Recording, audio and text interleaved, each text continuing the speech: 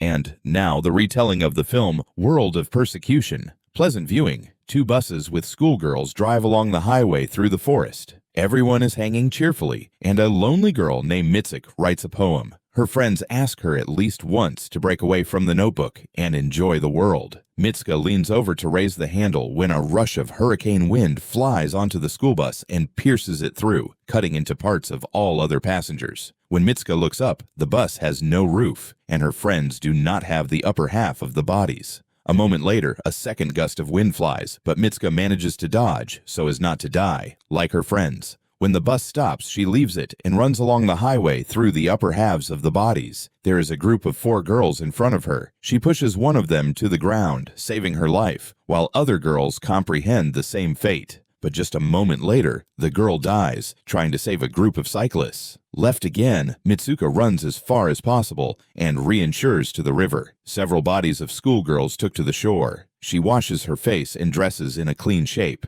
after which she again goes to wander along the highway. After long hours of meaningless walk, she gets to the school for girls. Oddly enough, the form in which she changed clothes coincides with the school uniform. Schoolgirls recognize her. Mitsuka does not ask them about anything, and does not talk about the mass murder that happened earlier. She is too stunned to react correctly. Suddenly, her friend Aki approaches her. They are not familiar, but Aki says that they always went to the same school. When a gust of wind flies on them, Mitsuka panics and falls to the ground. But this time, the wind does not harm it. Aki lifts it and leads it to school. Mitsuka explains the morning event as a clear dream. Left alone in the classroom, Mitsuka tells Ake about the wind that killed all her school friends, and she begins an attack of anxiety. To help her, how to bring her to the window, showing that the wind is absolutely safe. Mitsuka reaches out and calms down, feeling warm.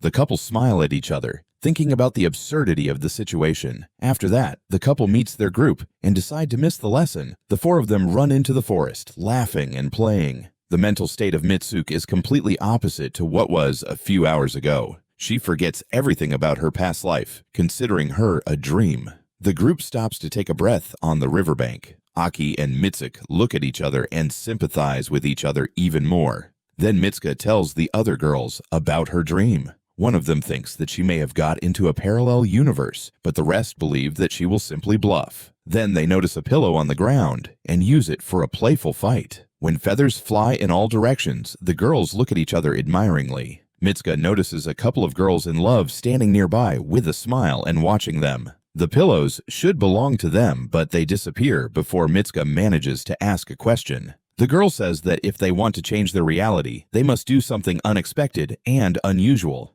Following this, she shows them her underwear, and the girls laugh. Her words seem very important to Mitsuka, as she deeply thought about them. After a while, the girls return to school. Mitsuka and Aki are in the classroom, when suddenly Mitsuka notices a pillow on the floor. When she lifts her, the teacher begins to shoot at them from the machine gun. Everyone, including Aki, dies as a result of this. The teacher says that this is a punishment for walking the lessons. She is going to kill Mitsuka, but her 2 friends come to her aid and help to run away. They are also killed. Mitsuka and the remaining girls run out of school, while teachers continue to fire. Most of them die, but somehow 5 girls manage to get out. Suddenly, the deadly gust of wind kills the rest, leaving Mitsuka again alone.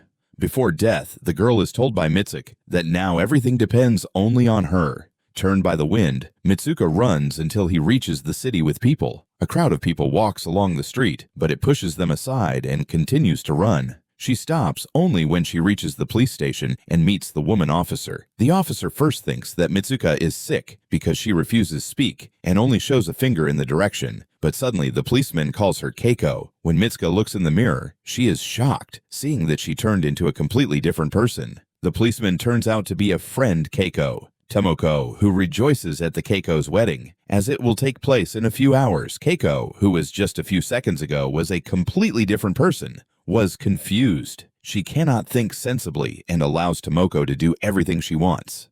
They get into the car and go to the chapel where she should get married. The morning becomes even more wild when a crowd of women follows their car, as if a Cheiko is a celebrity. All of them express their admiration for the wedding. In the chapel, many other women surround and greet her.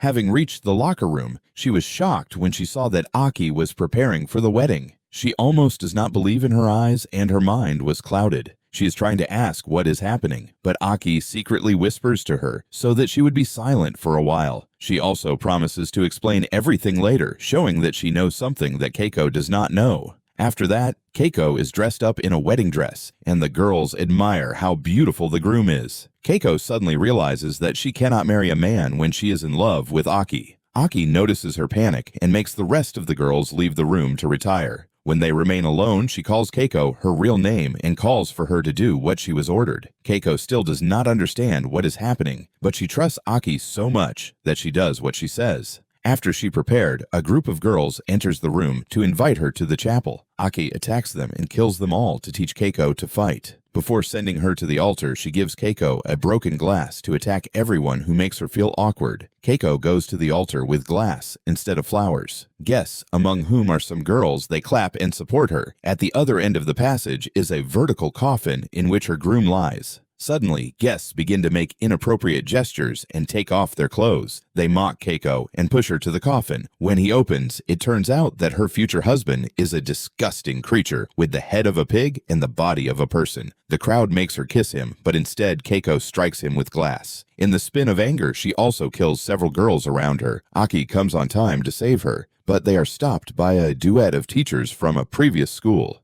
They fight, and they manage to run out of the church. Aki distracts teachers and Keiko continues to run until she is stopped by a girl in a tracksuit. The girl calls her Izumi and invites her to the marathon. Keiko looks at his face in the mirror and with surprise sees that she again turned into someone else. Now she is Izumi, a star of a marathon run which everyone loves. The crowd is rooting for her when she runs with her friends. Her friends say that she has always been a good runner, starting from high school. Izumi does not understand what they are talking about, but by this time, she no longer wants to know the answers. Soon she begins to enjoy and sees that her school friends are running next to her. But then, the groom of the pig and teacher begin to run behind her. The girls ask Izumi to be brave, because only she can break out of this world. Izumi runs faster than ever, and in the end reaches a cave. The schoolgirl finds her and leads to a group of several girls like she, who stand covering her face with her hair. The girl is trying to kill Izumi, claiming that if she does not die, then everyone else will die. Aki arrives just in time to save her girlfriend. She asks Izumi to repeat the words of Yamitsuke. When Izumi fulfills the request, she returns to her original form of Mitsuke. As the last step, in order to get out of this world, Mitsuke must pull for 2 threads that go through the wrists of Aki, which will cut it in half. She does not want to hurt a person who loves more than anything, but Aki makes her pull the ropes. As a result, it is cut in half, and Mitsuka falls into the real world. She is in a restaurant where men appear in the film for the first time. After going further, she sees a bunch of perverts who look at the poster with her image on the site. It turns out that she is in a depraved city called Male World, filled only by men who love the cruel 3D video soup to survive called Tag. The only controlled characters in the game are Mitsuke, Izumi, and Keek, and all 3 are she. The man recognizes Mitsuke and tells her that she is in the future. Mitsuka loses consciousness and woke up in a room similar to a cave, where all the characters of the game are presented in the form of mannequins. Wandering around, she stumbled upon an old man playing a game on her TV. He tells her that she is in the future for 150 years in advance. When she studied at school, she was a man whom he admired. After her death, he took her DNA and her friends and created clones for his 3D games to entertain men. A younger version of the old man appears. He undresses and asks her to lie in bed with him. The old man says that the final stage of the game is the fulfillment of his most cherished desire, to enter into intimacy with her. The man is about to touch her, when suddenly she recalls the words of her friend, who asked to do something unusual in order to get out of the illusion. Mitsuka follows the advice and attacks the man, screaming to him to stop playing with girls like toys. She breaks one of the pillows, and white feathers become red from her anger. Finally, she grabbed the old man with a cane and makes unthinkable. Since her death was never part of the game, in the last scene of Mitsuke wakes up alone in a field with white snow. She understands that it's all over, which means that she will never have to be trapped in the game. Although the film seems bizarre and meaningless half of the time, it is a metaphor for the girl's love for the girl and the struggle that she faces as a woman in Japan. Each of the three different girls represents a woman struggling with various but interconnected problems. Mitsuka is a high school student who is in love with another girl. The scene in which they see a pillow in the middle of the forest depicts how women with a different orientation find themselves on the sidelines of society. Similarly, Keika is a woman who is forced to marry a man whom she does not like. Therefore, she sees in him a disgusting pig that only wants one from her. There is also Azumi, a talented and decisive girl. But she runs away from the pig, which means that some male presence is in her way to success. In the end, the old man who makes girls with the characters of his game clearly shows how men who use women and their problems dominate in society. Mitsuka is freed from slavery only after death. Thanks for the viewing. Do not forget to subscribe and like.